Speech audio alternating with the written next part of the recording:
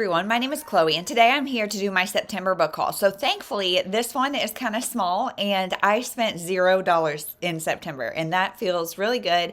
I feel really proud of myself because as you can see my shelves are a mess and they're overflowing, and so I don't really need to buy more books, but I'm so excited about these, and these were all sent by the publisher, so thank you to Forever Publishing, and let's just get into it. So the first one is At Home on Marigold Lane by Debbie Mason. So this is number 5 in her Highland Falls series. So Highland Falls is a town, and there's 5 different books. I've read number 2, and I do think this is a series. Well, let me preface this by saying I'm one that really likes to read books in order, regardless of if you have to or not. But I do feel like this is one that you probably should, just because it's a huge cast of characters. And so in number 2, I felt almost overwhelmed by the number of characters because I had not read number 1 to feel introduced to them slowly. So, but this one is about a marriage and family therapist who has to move back home after a terrible divorce, and she's like, well, that's embarrassing. Here I am, a marriage and family therapist, and my marriage is busted. And it's a first love, second chance because she runs into her first love who has a stepdaughter. He's no longer married to the mother, but he has a stepdaughter who is in counseling with Bree or something, I think is our main character. So first love, second chance, just the sweetest little house ever. I would love that house and that dog and just all the fall vibes. So Debbie Mason really rocks it with the covers. I think I only gave the number 2 3 stars. So my expectations are cautiously optimistic. So then we've got Dreaming of a Heart Like Christmas by Sarah Robinson. So Sarah Robinson, I don't know if I've read her or not, but this one is about a woman who inherits her grandma's house, as it is in so many of these books, but and she wants to sell it to move back to the city, but this guy, I think it was her high school crush. Now they're super opposites. He does not want her to sell it because he doesn't want developers coming in and that kind of stuff. He wants it to stay small and privately owned. And so it's an opposites attract romance and sounds cute. Next is Paris Daillencourt is About to Crumble by Alexis Hall. So this is number 2 in the Winter Bakes All series.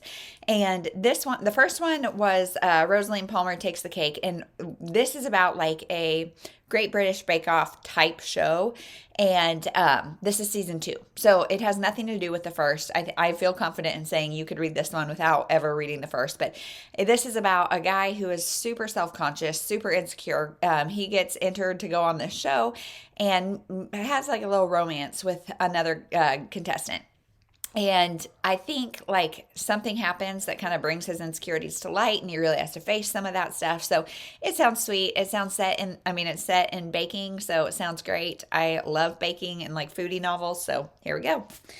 Next is Witchful Thinking by Celestine Martin, and this one is about a high school teacher who lives in this kind of magical town, I think, and she really just wants more out of life, and then one day a spell gets put on her where she can not say no to anything. She can't, it says, I think, 10K, public karaoke, not to running a 10K, and most alarmingly, not to her high school crush who needs her help unjinxing his new house, which just happens to be right across the street from her. So, high school crush. Again, these sound fun, kind of first love, second chancey. So let's try it.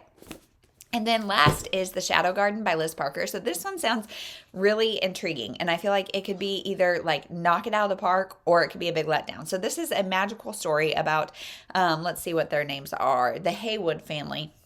There's three witches in the Haywood family, and they have a magical garden where things taste different. They can cure heartache. They can do all these things, and they provide power to the bourbon distillery in town. And so once a year, you can take a shot of bourbon, and you will forget your worst memory. So that sounds really cool. But one year, the town forgot the whole summer. So somebody died, somebody went missing. It was obviously a rough summer, and they forgot the whole summer. So now we're trying to figure out what happened that summer. So sounds really intriguing, but that is everything I hauled for the month of September. So I've got some fall romances, some fall witchy things, and then a foodie romance, which fall is prime crockpot and baking season. Your house smells wonderful. So I'm excited for it. So let me know if you've read any of these books or if you're excited about them or what you're excited about coming up this month. So thank you so much for watching. We'll see you in the next one.